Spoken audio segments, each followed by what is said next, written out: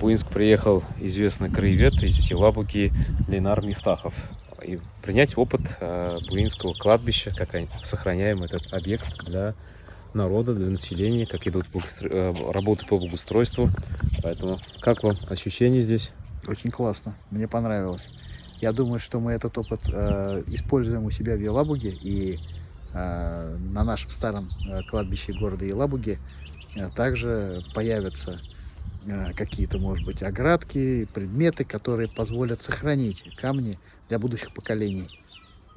Желаем вам успехов в этом благом деле. Действительно, это святое дело. Только историки, краеведы, за это борются и подключают людей, духовенство, власти. И вот в итоге общими усилиями получается вот такой великолепный комплекс. Сохраняются многие исторические эти могильные камни и могилы жителей дореволюционного периода. Они тоже внесли большой вклад для развития местности этой. Вам успехов, благополучия. Пусть у вас получится это благое дело. Спасибо. Реализовать. Нужно реставраторов привлекать. Здесь у нас могильный камень. Ее на несколько частей она разделилась уже. Она старая уже, ей 100, где-то 70 лет, 160.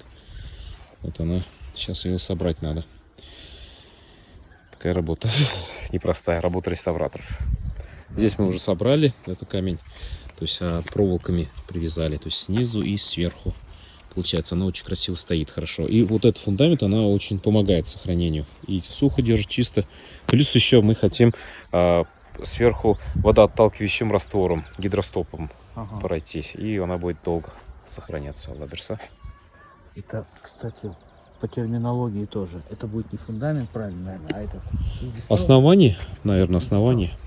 Пьедестал, да. Вот в книге используют пьедестал слово. Вот я сейчас по эпитафиям книги собрал. Небольшую библиотечку. А без вывеску я сажу. Старый кладбище, паспорт объекта. Здесь идет работа по благоустройству.